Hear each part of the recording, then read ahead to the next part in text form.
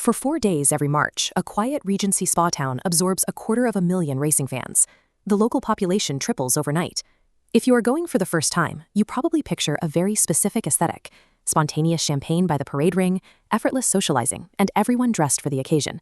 But the reality involves gridlocked traffic, freezing March rain, and hotel prices that double for a single week. This quadrant chart maps logistical planning against your quality of experience. Down here, you wing it, ending up stranded without a taxi and queuing for kebabs. Up here, you front-load reservations, bypass the chaos, and find a quiet local pub. Getting to that top right corner means locking in 4 specific variables months in advance: the day you attend, your winter wardrobe, your hotel zone, and your dinner tables. Getting a premium return on your investment at Cheltenham requires abandoning spontaneity.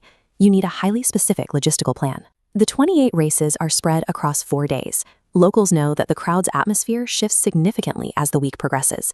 Tuesday is Champion Day. The grandstands are packed with serious racing purists, and the crowd carries a high, nervous energy for the opener.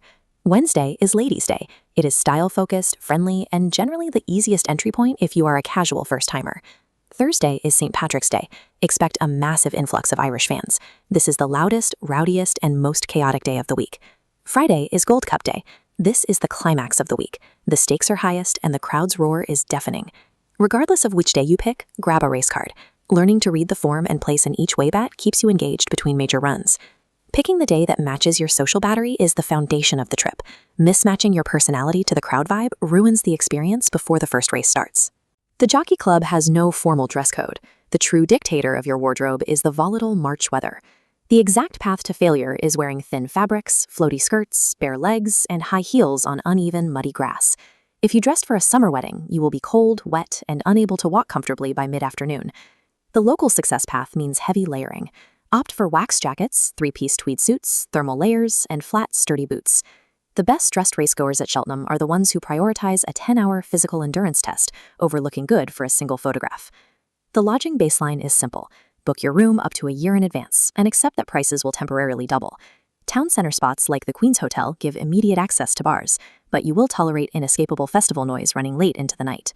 Escaping to a Cotswold village buys quiet evenings, but makes you entirely reliant on scarce, highly expensive taxis to get back and forth. Do not try to drive straight to the racecourse and park on site. The traffic is punishing, and passes are limited. The correct solution is parking in town or at a designated park and ride, and using the dedicated shuttle buses that drop you right at the gates. After the final race, the crowd splits. Party seekers head to the loud end at the brewery quarter for DJs, theatrical cocktails, and live music. For a quiet local pint, avoid high street chains. Head to independent pubs in Montpellier or the Suffolks, where you can hear yourself think. If you want a sit-down dinner in Montpellier, your reservation must be secured 7 to 10 days in advance. The good tables vanish quickly. Lodging, transport, and dining function as a single, fragile ecosystem. Failing to secure just one link unravels the entire evening. This scorecard maps 3 specific itineraries based on your primary goal for the week. The first-timer targets Wednesday's Ladies' Day for the friendly atmosphere, utilizes the town center shuttle buses, and books a dinner table in Montpellier immediately. The party seeker targets Thursday's St. Patrick's Day, bases themselves near the brewery quarter, and leans fully into the loud, chaotic energy. The optimizer targets Gold Cup Friday, stays in a quiet perimeter village, and drinks at an independent pub in the Suffolks. But the ultimate rule for all 3 archetypes is treating this 7-hour event like a marathon. Gates open at 10:30 in the morning. Heavy drinking before noon guarantees you will peak too early and miss the headline races at 4 p.m. You must have a rigid evening exit strategy. Know exactly where you are eating and drinking before you even step out of your hotel room in the morning.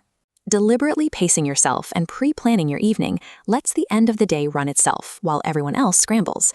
Cheltenham Race Week earns its reputation as one of the greatest sporting weeks in Britain by stripping away the logistical friction.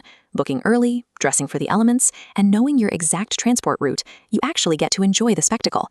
Plan your scenario, tip your taxi drivers, save your energy for the Gold Cup, and experience the electric atmosphere exactly as the locals do.